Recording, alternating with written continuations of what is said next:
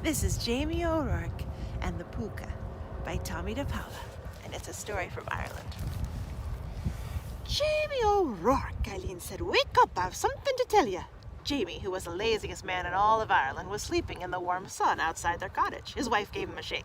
Wake up, for heaven's sake, Eileen said again. I'm not sleeping, Jamie answered with a yawn. Sure, and I was sitting here thinking. Now, Jamie, please listen, Eileen replied. Do you remember that I'm going up to visit my sister Kathleen and her family to help with the new baby? Jamie let out a snore. Eileen poked him. What are you doing, woman? Can't you see I'm right in the middle of solving a great problem? Jamie answered. Well, now with all the fine thoughts I was having have clear flown out of me head, you might as well tell me what's going on. Eileen explained to Jamie, for the 40th time most likely, that she was off to Kathleen's and would be there for the better part of a week. Now, Eileen went on, I've cleaned the cottage from top to bottom, I've cooked all kinds of good things, and I'm putting them in the larder. All you have to do is the washing up each night and give a quick swipe of the broom every now and then. Well, me darling, you're too good for the likes of me, Jamie said, but don't you be worrying, I'll take good care of everything, so's you won't even know you've been away. Now, give us a kiss and be off with you. And down the road went Eileen O'Rourke. All this commotion has made me as tired as a farmer ploughing 5 fields, Jamie said to himself. I think I'll just have me a lie down. And sure, isn't that a sweet idea? If I stay in bed and only get up for a bite, I'll not be dirty in a thing. So Jamie O'Rourke climbed into bed, even though the sun was high in the sky, and fell fast asleep. Jamie O'Rourke, 3 voices called outside the door. Where are you, man? We heard Eileen's off to her sister's, so we come to keep you company. Who could that be? Jamie woke up and recognized the voices of his cronies, Patrick, Michael, and Seamus. Jamie got out of bed, and since he hadn't taken off his clothes, he didn't have to be putting them on again. Come in, lads, Jamie said, opening the door. The sun was sinking behind the hills. Well, what have we here? Jamie asked, pointing at the crockery jug. This is the finest cider you'll taste this side of the county, Patrick said.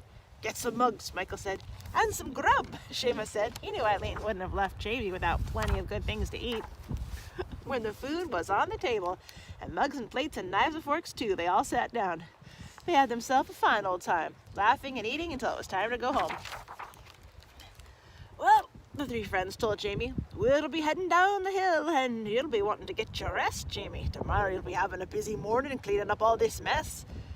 Aye, that's the truth, lads, Jamie said, looking around, but the mere sight of the messy cottage made him feel like the most tired man in all of Ireland, as well as the laziest, so he went to bed. Jamie was fast asleep when a noise woke him.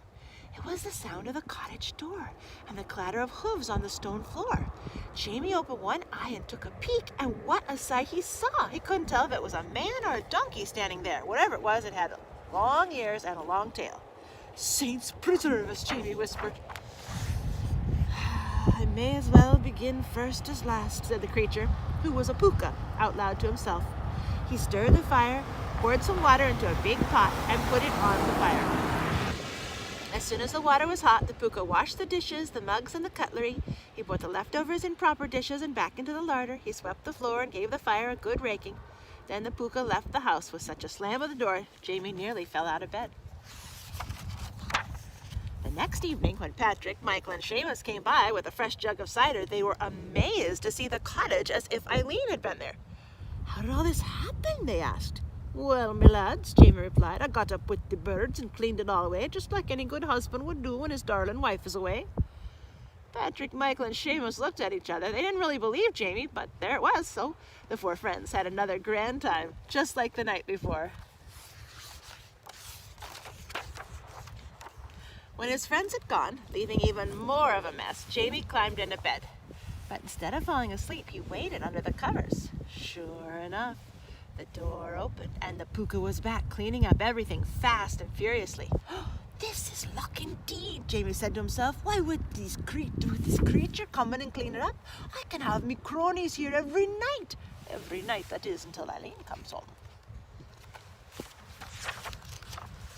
And that is just what he did. Night after night, Jamie, Patrick, Michael, and Seamus had a grand old time making a grand old mess, and every night the Pooka came in and set things to right. By the end of the week, Jamie was curious about this accommodating creature, so he decided to stay up and have a chat with him. He was a little scared when the Pooka came in and went right to the fire, but he took a deep breath, swallowed a mouthful of cider for courage, and spoke up.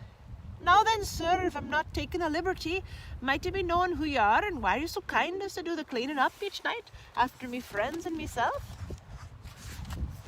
The Pooka turned and looked at Jamie. "I'll tell you, and you're welcome to it. A long time ago I was the laziest servant that was ever clothed and fed and did no work for it. When my time came for the other world, this is the punishment I was given for my lazy ways, to find a place each night to labour in. As I was wandering by the other night, I looked in the window of your cottage, and sure as can be, you needed my help. It's not so bad, for at least I'm out of the cold, but when I finish my work, oh, saints preserve us, that cold wind goes right through me bones. Wouldn't be so hard if I had me a nice winter coat." Well, Jamie thought, I can probably help the poor creature out. The next night, after his friends left, Jamie sat and waited for the Pooka. Eileen would be home tomorrow, but Jamie wasn't worried. He knew the Pooka would do an excellent job of cleaning up, especially when Jamie gave him the old coat he'd pulled from the trunk. As soon as the Pooka came in, Jamie showed him the coat. He helped him into it and buttoned it up. The Pooka went to the mirror. He was most pleased with what he saw. "I am much obliged to you, Jamie O'Rourke. You've made me happy at last. Now I'll be saying good night to you." The Pooka turned to go. Wait! Jamie cried. "You're leaving too soon. What about the washing up and the sweeping?" "Ah," the Pooka said, "now it is your turn. My punishment was only to last until some kind creature like yourself liked the way I'd done me duty and rewarded me for it. Goodbye, and you'll see no more of me." The Pooka laughed, and there was Jamie with the mess, or should we say Eileen, for when she arrived the next morning and looked around the cottage, she said, "Oh, Jamie O'Rourke, what do you have to say for yourself?" Jamie said nothing. He was too busy thinking he shouldn't have been in such a hurry to reward that ungrateful Pooka. The end. And that is Jamie O'Rourke and the Pooka.